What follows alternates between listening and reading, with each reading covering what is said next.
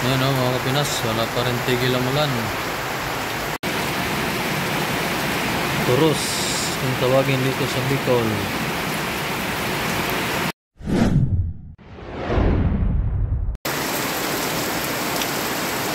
Ayan o mga kapinas, ang lakas na naman ang ulan.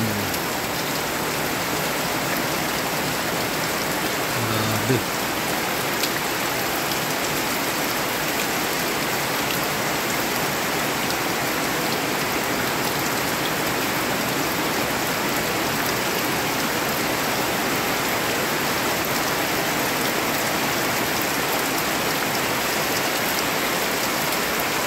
Tapos yun o, sayang yung saging, tumba.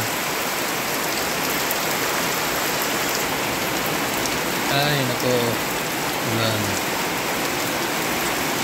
Buti na lang, may nagtindang isda. May ulan tayo ngayon. Yung turos kung tawagin dito sa amin. Ito sa inyo mga kapinas. Turos kung tawagin dito sa Bicol. Danggit pala to sa Tagalog. Danggit, naalala ko na. Yan ang sariwang-sariwa yan mga kapinas. 50 pesos kalahating kilo. Sarap to, sabaw. May kalamansi. Tapos yan, magbidingas ako ng apoy sa uling. Ito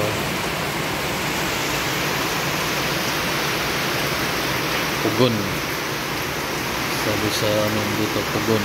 Yan, nabili ko yan, galing pang ano yan, Pampanga. Yan, paypayan ko para mas mabilis ang apoy.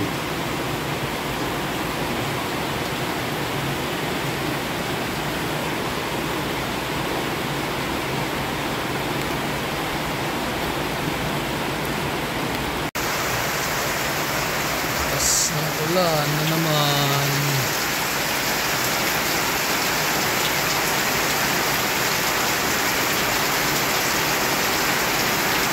Grabe. Dala ito siguro ng sinasabing low pressure. Yun o, grabe ang lakas.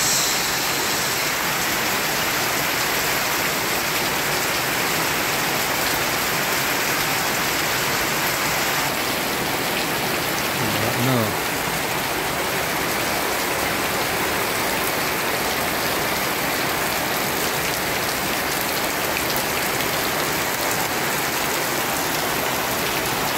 Tapos brown out ngayon dito maghapon.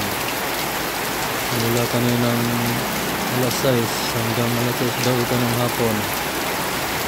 Brown out. Ano? Lakas ng ulan.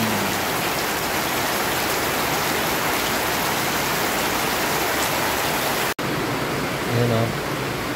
Ito may ginayat na kong sibuyas. Ayan ka ng sili. Wala tayong kamatis. Ang hirap ng kamatis dito. Walang mabilhan. Kaya dito muna tayo sa kalamansi, sili at saka sibuyas. Ayan, buhusan ko na ng mainit na tubig. Mas mabilis kumulo dahil mainit na ng tubig.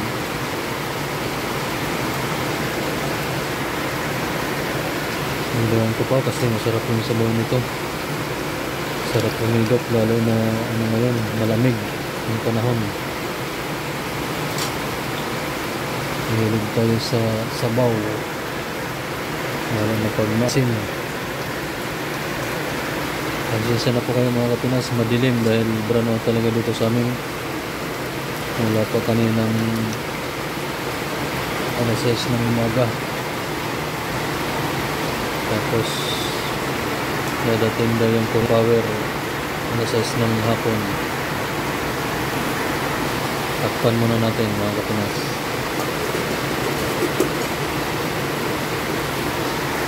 Yan o, gamit namin yung kandila. Dilim mo.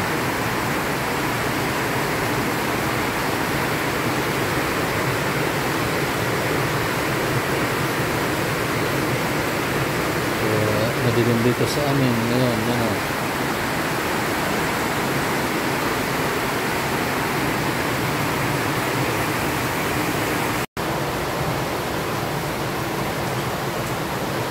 Ayan mga Pinas, kumukulo na.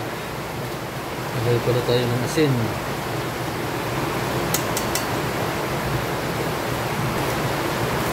Tapos maglagay tayo ng bitsin. Ayan. Kunti lang.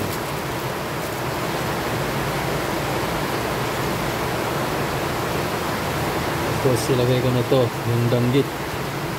Ayan.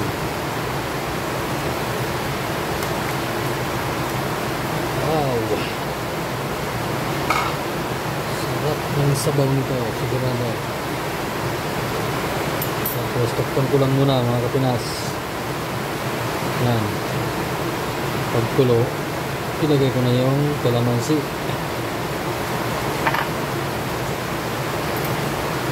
Yan, balikan ko kayo mga Kapinas mamaya. Pagkalagay ng kalamansi. Yan o mga Kapinas, wala pa rin tigil ang ulan. Grabe.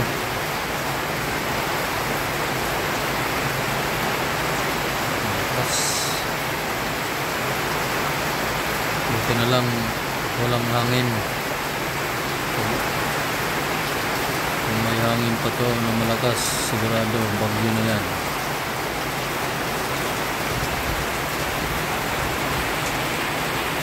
Balikan natin yung niluluto ko mga Kapinas. Ayan mga Kapinas, kumukulo na. Tikman natin yan bago natin ilagay yung kalamansi.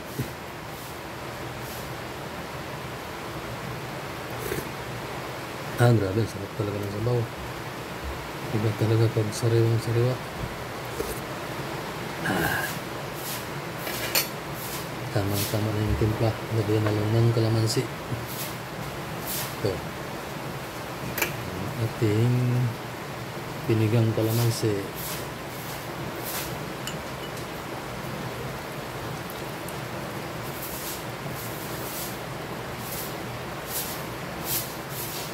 Ayan na. Wala pa rin tigil ang ulan. Tikman ulit natin. Huhuy. Mayroong sumarap sa kalamansi. Siyempre, maghihilip tayo ng sabaw. Ayan, naglalagay ako dito.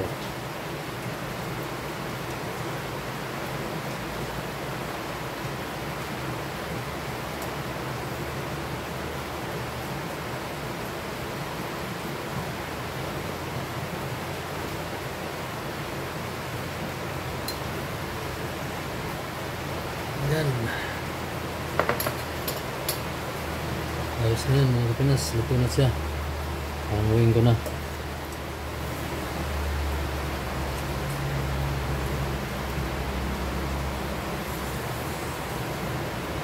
Yan. At para hindi sayang yung uling, yan, isasalang ko na yung bigas.